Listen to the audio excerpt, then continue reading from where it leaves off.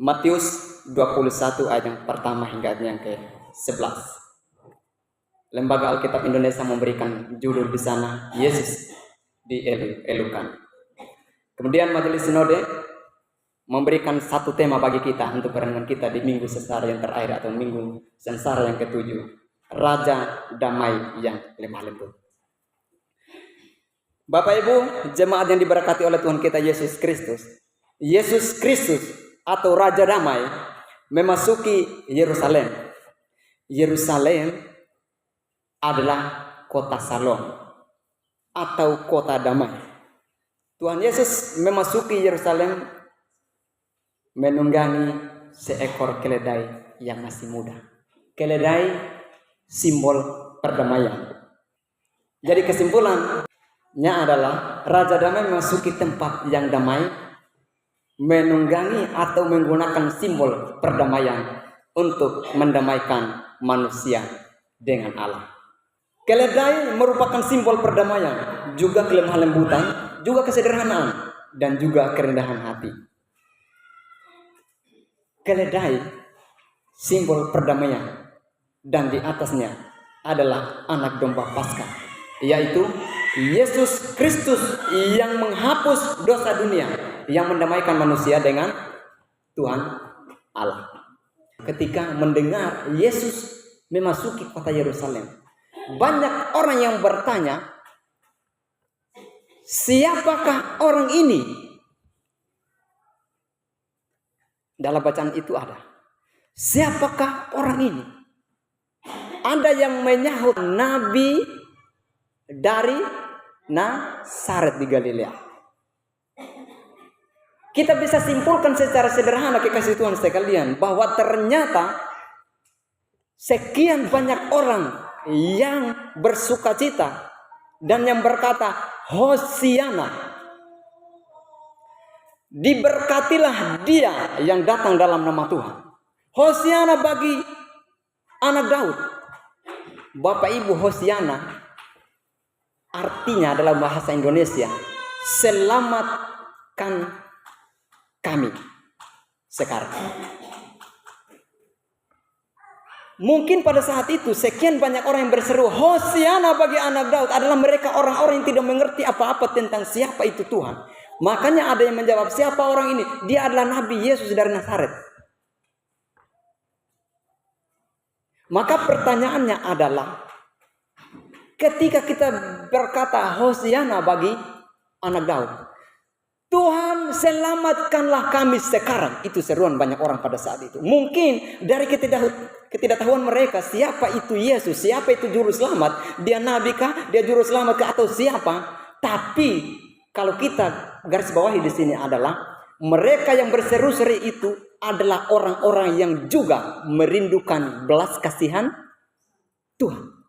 Mereka juga adalah orang-orang yang ingin diselamatkan. Sekalipun dalam ayatnya yang ke-9 berkata, siapa, ayat yang ke-10 sampai ke-11, siapakah orang ini? Maka pertanyaan dari saya untuk kita semua, tentunya juga berlaku buat saya sendiri. Selama kita menjadi Kristen, selama kita mengikut Tuhan, yang kita tahu dalam hati kita, Yesus itu nabi atau juru selamat. Di hati saya dan Bapak Ibu, Yesus itu nabi atau juru selamat atau anak domba Paskah, Raja Damai yang menghapus dosa saya dan Bapak Ibu. Kita sendiri yang tahu hal itu. Apalagi di minggu sengsara yang terakhir ini, kekasih Tuhan sekalian, saya merenungkan, oh Tuhan, ternyata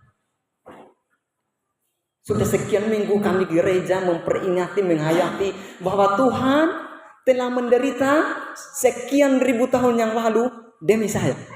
Sekali lagi pertanyaannya adalah, selama ini, selama kita menjadi Kristen, Yesus dalam hati kita, masihkah dia sebagai nabi atau juru selamat bagi saya dan Bapak Ibu? Cukup jawab dalam hati masing-masing, seperti apa sesungguhnya pengakuan saya bagi Tuhan. Jangan kita terpengaruh dengan ucapan begini, yang saya percaya dan berjanji dengan segenap hati.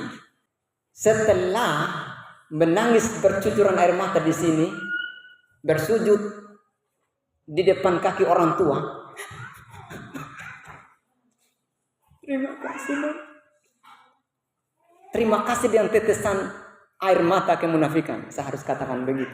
Karena pada kenyataannya setelah ditabis, balas gereja hampir tidak datang. Jangan lagi bicara bulan depan, tahun depan. Oh mungkin kalau masih ada nafas ya Natal Paskah ya, puji Tuhan lah ya. Tapi kalau sudah tidak ada, tidak apa-apa. Jemaat tamu tabis di sini, tabis sini, tidak apa-apa. Dia pergi gereja di sana itu urusan dia. Tapi yang jemaat kita di sini, saya wanti-wanti sekaligus kasih rambu-rambu peringatan. Anak muda, jangan sampai hanya mengejar supaya terpenuhinya kebutuhan pendidikan saya ke depan, terpenuhinya proses kepengurusan administrasi gereja dan lain-lain menuju kepada pernikahan. Saya harap tidak sebatas di situ tujuannya. Kalau begitu, maka Tuhan Yesus yang kita percaya selama ini sebagai juru selamat, dia tidak lebih daripada seorang nabi di hati kita. Dia belum juru selamat bagi kita, sekalipun dia juru selamat yang sesungguhnya. Lihatlah, rajamu datang kepada sekarang, karena kita tidak bisa lihat ke sana.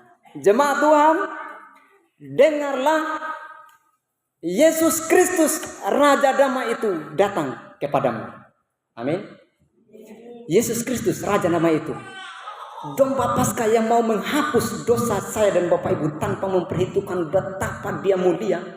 Dia harus masuk ke dalam ladara godol toborolu dopo erodei rohehe. Dia rela menembus sampai ke situ supaya kita diangkat seperti layaknya intan-intan yang mulia. Amin Bapak Ibu. Jadi di momen Paskah atau di momen kita memperingati penderitaan Tuhan kita, lihat diri kita. Tuhan, saya tidak layak. Tapi karena Engkau tidak memperhitungkan betapa besarnya saya, betapa bejatnya saya, betapa jahatnya saya, betapa najisnya saya di hadapan Tuhan. Tuhan, Engkau tidak melihat itu, tapi Engkau melihat ada jiwa yang harus Tuhan selamatkan. Jemaat yang diberkati Tuhan kita Yesus Kristus, adakah hati kita terbuka bagi Raja Damai saat ini? Dia mau mendamaikan kita dengan Allah. Dia mau mendamaikan kita dengan sesama. Kalau kita rasa ada sesuatu yang kata-kata Bapak saya pun jahat, Mama itu maki-maki aja terus. Tuhan, kenapa ini hati saya sakit sekali setiap kali Mama ngomong itu. Dari sini dengar, berita perdamaian itu harus sampai ke dalam hati kita. Dan dari sini pulang, katakan damai itu menyertai saya. Supaya sampai di rumah bisa berkata dengan tulus, Mama, dehu baro Mama. Baik pernah ada di Mama. So pasti kalau perempuan sampai dengan dia pemahaman itu, pelur baru nangis begitu. Jangan takut. Lebih baik kita menangis saat kita meminta maaf daripada kita menangis nanti sudah di sana. Kita ingat pas Mama sudah meninggal. Aduh Tuhan, masih ingat mampu kata-kata ini sekalipun dia kasar, tapi dia punya pesan paling beta ingat. Kamu harus menjadi kuat. Karena dunia ini keras. Yang ibu-ibu, yang anak-anak perempuan, ada yang sakit hati dan kata-kata Mama kok, berdamai dengan orang tua. Jangan sampai rasa marah itu menjadi satu dendam, kemudian menjadi akar kepahitan. Hati-hati memelihara amarah. Di firman Tuhan di bagian yang lain dibilang begini, marah jangan sampai matahari terbit. Jadi kecewa hari ini cukup hari, jangan sampai bawa besok. Nada jago domi dah, belum kerem. Belajar memaafkan, melepaskan pengampunan supaya ada damai. Supaya kita tidak percuma berkata Raja Damai yang lemah lembut. Tuhan, saya mau menerima Engkau sebagai Raja dalam hati saya. Tidak hanya sebatas nabi. Saya mau merenungkan bahwa Engkau Tuhan telah berkorban bagi saya. Kalau saya ada di posisi Tuhan saat itu, mampukah saya kira-kira? Tuhan Yesus bukan ditampar saja. Itu mungkin yang paling halus sudah begini. Yang ada begitu. Kejamnya adalah dipukul, dicambuk, dipakukan, disalib.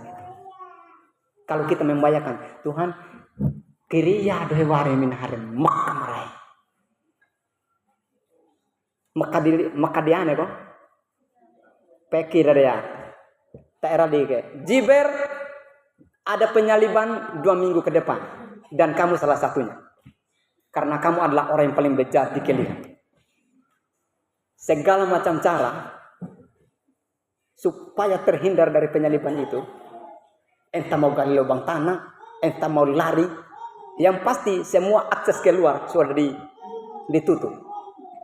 Satu-satunya antara saya gantung diri seketika atau bunuh diri atau gali lubang tanah. Tapi tetap akan dapat juga. Kalau saya, manusia saya ini, ada berita. Jiber 2 minggu lagi kamu akan disalibkan. Kamu akan mati di sana. Dia punya bayang ketakutan itu lebih ditimpa daripada 3 pohon lontar itu yang tinggi. Kita bayangkan. Baru dengar informasi, kamu akan disalib. Tuhan Yesus sudah dibuatkan. Jadi dari lahir Tuhan Yesus sudah, kalau kita manusia biasa, sudah dihantui oleh apa? Rasa takut. Tapi kenapa Tuhan Yesus tidak takut menanggung semuanya itu? Karena ada jiwa yang berharga yang harus diselamatkan. Yaitu kita, saya dan Bapak Ibu. Jadi kekasih Tuhan sekalian, kalau kita bayangkan, saya merenungkan firman Tuhan ini, belum lagi kalau pas di Taman Getsemani, Tuhan, sampai Tuhan Yesus meneteskan keringat bagaikan darah itu di Taman Getsemani. Tuhan, sekiranya cawan ini lalu daripadaku Tuhan. Tapi kembali, bukan kehendak saya yang jadi, tapi kehendak Bapa. Karena memang itu tujuannya, supaya kita selamat. Tidak ada yang lain.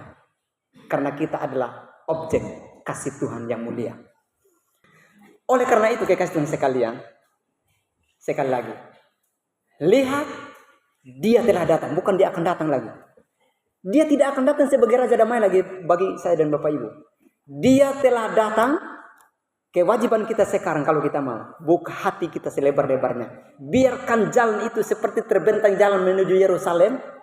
Tuhan itu masuk dalam hati kita dan biarkan Raja Damai itu memerintah terus dalam hati kita sambil kita menanti kedatangan yang kedua sebagai hakim untuk dunia ini. Amin ke Bapak Ibu. Kiranya damai sejahtera Kristus menyertai kita sekalian.